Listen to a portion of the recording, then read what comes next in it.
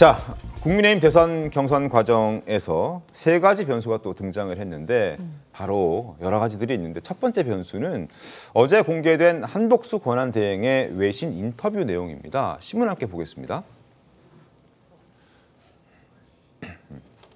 자, 저희가 새로운 걸 많이 도입했습니다. 네, 지금 보시는 것처럼 이제 저희 AI 그래픽, AI 신문 많이 도입했는데, 자, 조선일보 보시죠. 지지율 10% 넘은 한덕수, 출마 묻자 노 코멘트, not yet, 아직까지 결정한 것 없다. 그리고 한 차례 더 물었더니 답하지 않겠다, 노 코멘트라고 얘기한 부분이 사실 저희가 취재를 해보면 뭔가 답을 하기 힘들 때, 뭐 긍정도 부정도 하기 힘들 때 노 코멘트란 말을 많이 씁니다. 그런데 사실 노 코멘트란 얘기는 부정보다는 최병 의원님, 긍정에 가까울 때 노 코멘트를 보통 쓰지 않나요? 어떻습니까? 저는 그렇게 안 보고요. 그렇지 않습니까? 그걸 질문을 하는 사람이 본인이 약간 긍정적 마인드를 가지고 있으면 그 노코멘트를 긍정으로 해석하고, 네. 그다음에 본인이 부정적 마인드를 가지고 부정적 생각을 가지고 있으면 그걸 부정으로 해석하는 경향이 있더라고요. 네. 그래서 지금 한덕수 대통령 권한대행이 출마 여부에 대해서도 출마를 해야 한다고 생각하는 사람은 저거를 이건 출마를 굉장히 긍정적으로 검토하고 있는 거야라고 얘기하고, 반대의 사람은 반대로 해석을 하는 경향이 있어요. 네.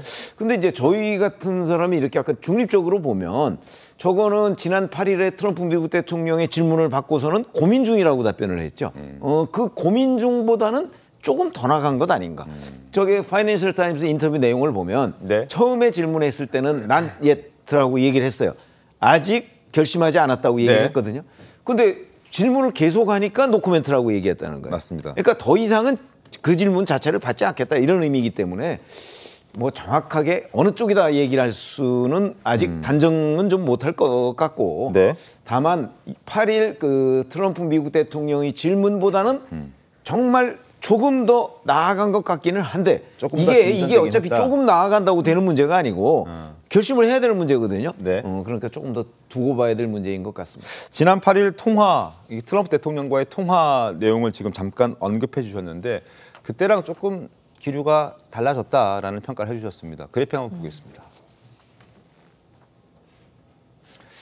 자, 이 내용은 이제 어제 공개된 파이낸셜 타임스와의 내용이고, 이건 지금 차이가 없다라고 얘기를 했고, 자, 바로 이 부분입니다. 트럼프가 직접 물었다. 근데 대선에 나갈 것인가? 여러 요구와 상황에 있어서 고민 중이다. 결정한 것은 없다. 라는 부분에서 어제 파이낸스 타임즈에 나왔던 not yet, 아직까지 결정한 것 없다, no comment, 언급하지 않겠다라는 이 부분이 지금 최병우 의원께서는 조금 진전된 부분이다라고 말씀해 주셨는데, 구자룡 변호사님 어떻습니까? 저는 저렇게 대선에 대해서 고민을 하고 있다는 거는 확인됐다. 그게 네. 큰 의미가 있다라고 생각을 하고, 저게 그 국민들에게 여론조사에 지금 계속 반영이 되고 있잖아요. 어떤 신호는 줬다고 생각을 해요. 그 네. 이후에 이제 여론조사의 추이를 아마 계속 보고 결정을 하시려는 의도는 확연히 드러난 것이다. 근데 이제 관문이 높죠. 사실 그 중에 뭐 하나만 안 될 것 같아도 안 되는 거잖아요. 그 바늘구멍 같은 거를 다 통과해가지고 출마를 선언하는 거는 굉장히 힘든 일이고, 그랬기 때문에 예전에 반기문 유엔 사무총장이나 뭐 고건 총리나 황교안 총리나 그 당시에는 다 출마를 하지 않았던 것들, 그게 굉장히 어려운 길이기 때문에. 그런데 네. 저는 출마를 하려면은 필요한 정치 행보는 이미 지금 하고 있다고 생각하고, 예, 그리고 이게 굉장히 좀 정교하다 이런 생각도 들었고, 어제 외신과의 뉴스 그 인터뷰도 그런 것들이 다 깔려 있다 이렇게 생각을 해요. 최근에 이제 헌법재판관 임명과 관련해 가지고 논란이 있었잖아요. 이게 타격이냐 아니냐에 대해서도 애둘러 가지고 지금 권한대행의 권한 행사 범위에는 제한이 없다라는 거는 애둘러서 이제 그런 거에 대해서 자신의 정치적인 행보에 대한 정당성 부여, 헌법재판소의 결정에 대한 아쉬움을 표현, 이런 것들이 있거든요. 그리고 민주당에서 그거에 대해서 공격하는 게 뭐 대선을 관리해야 될 심판이 나오는 게 말이 되냐 하지만, 사실 뭐 민주당도 이제는 선관위를 안 믿어서 그런지 모르겠는데 선거 관리는 선관위가 하는 거잖아요. 예를 들어서 미국에서도 현직 대통령이 다시 출마하잖아요. 왜 관리 안 하고 또 출마해서 이런 거 없잖아요.